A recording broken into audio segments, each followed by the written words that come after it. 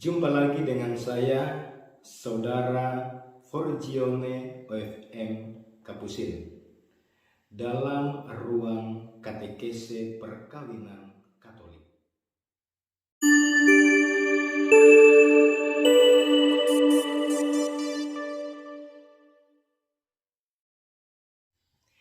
Pada bagian ini kita akan membahas mengenai ciri khas perkawinan Katolik. Apa sebenarnya ciri khas perkawinan Katolik itu? Ciri khas perkawinan Katolik adalah monogami dan tidak terceraikan. Monogami berarti perkawinan itu hanya terjadi antara satu orang laki-laki dengan satu orang perempuan saja. Gereja tidak pernah mengizinkan poligami dan poliandri. Poligami berarti bahwa satu orang laki-laki menikah dengan beberapa orang perempuan. Sedangkan poliandri berarti satu orang perempuan menikah dengan beberapa orang laki-laki. Ciri khas yang berikut adalah tidak terceraikan. Hal ini berarti bahwa perkawinan Katolik tidak dapat diceraikan atau diputuskan dengan alasan apapun dan oleh siapapun kecuali oleh kematian. Lalu, mengapa perkawinan Katolik memiliki ciri khas monogami dan tidak terceraikan?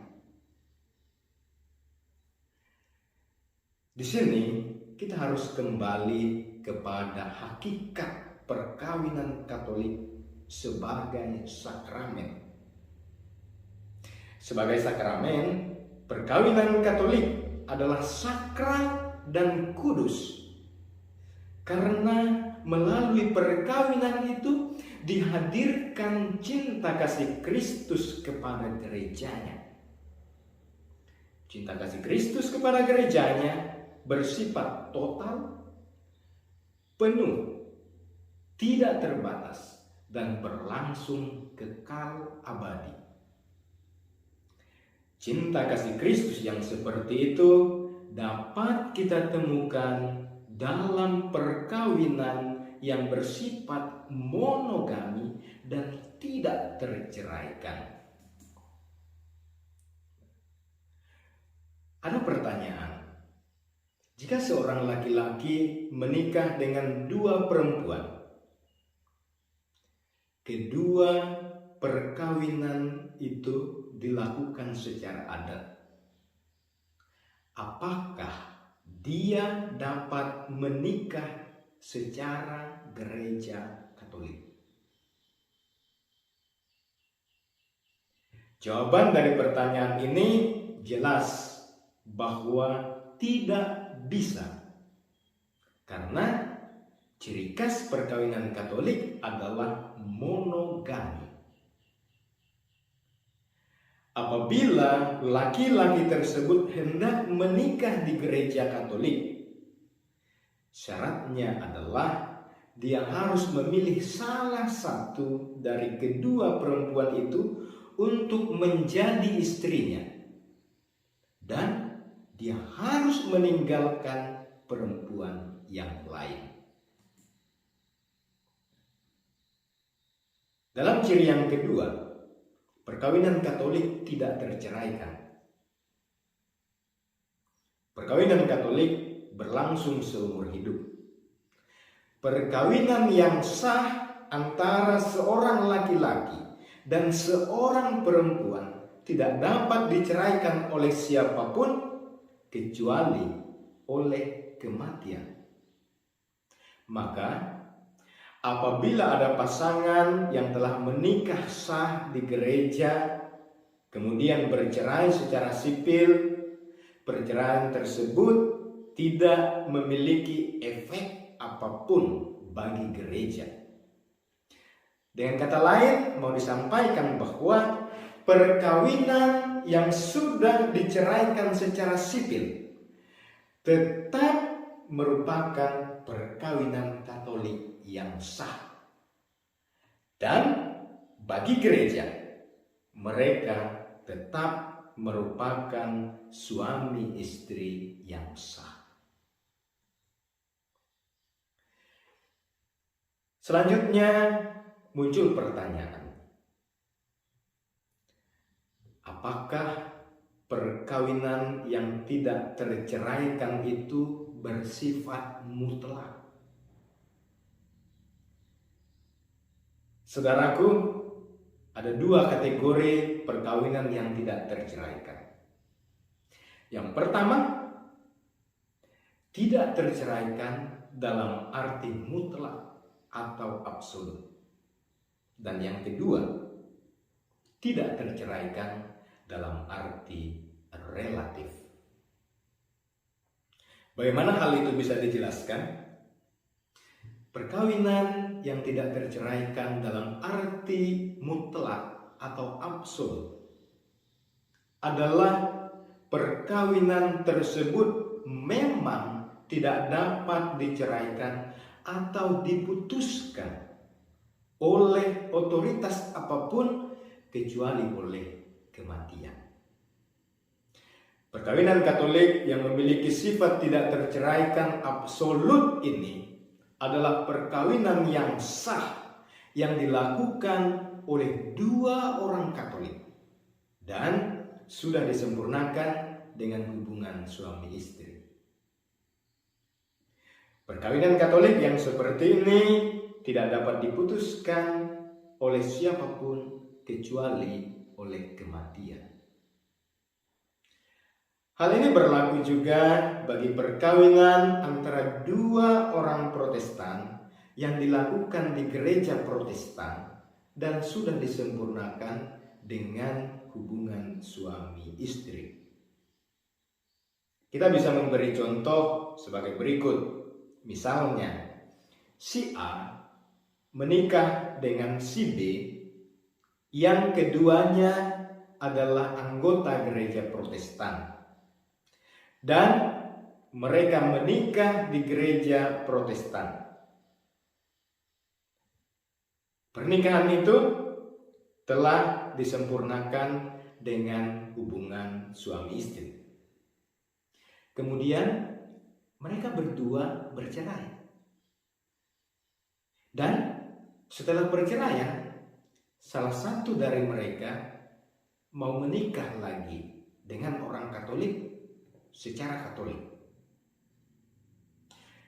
Pada prinsipnya, mereka tidak dapat menikah lagi secara Katolik karena perkawinan A dan B dilakukan di gereja Protestan dan perkawinan mereka itu adalah perkawinan yang sah serta tidak mungkin diceraikan oleh otoritas apapun kecuali oleh kematian.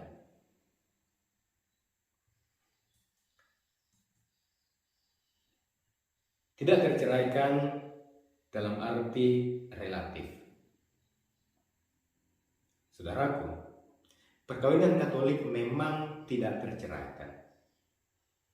Tetapi pada beberapa jenis perkawinan, gereja memiliki wewenang untuk memutus perkawinan tersebut. Perkawinan yang dapat diputus oleh otoritas gereja yang berwenang adalah sebagai berikut. Pertama, perkawinan seorang Katolik dan seorang non-Katolik atau non-Baptis yang dilakukan secara sah di gereja Katolik. Yang kedua, perkawinan antara dua orang Katolik atau dua orang Protestan yang belum disempurnakan dengan hubungan suami istri. Dan yang ketiga, adalah perkawinan antara dua orang non-baptis. Penjelasan dari ketiga perkawinan ini adalah sebagai berikut. Siapa yang berwenang memutuskan perkawinan itu?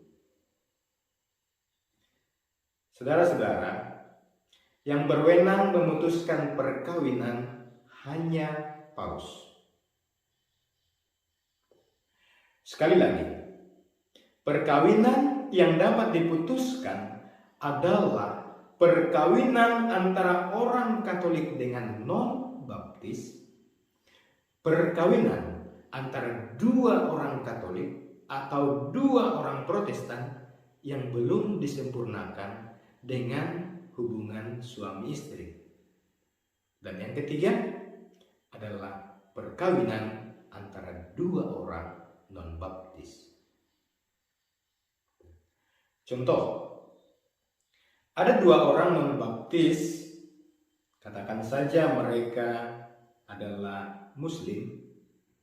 Mereka menikah di KUA. Kemudian mereka bercerai dan salah satu hendak menikah lagi dengan orang Katolik. Maka supaya dia dapat menikah dengan orang Katolik secara Katolik, perkawinan pertama yang dilakukan di KUA harus diputus terlebih dahulu. Yang berhak atau berwenang untuk memutus perkawinan itu adalah Paus.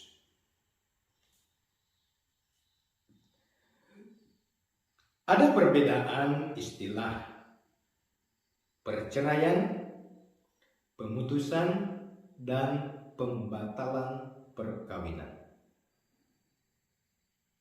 Kita perlu membedakan istilah-istilah tersebut karena memang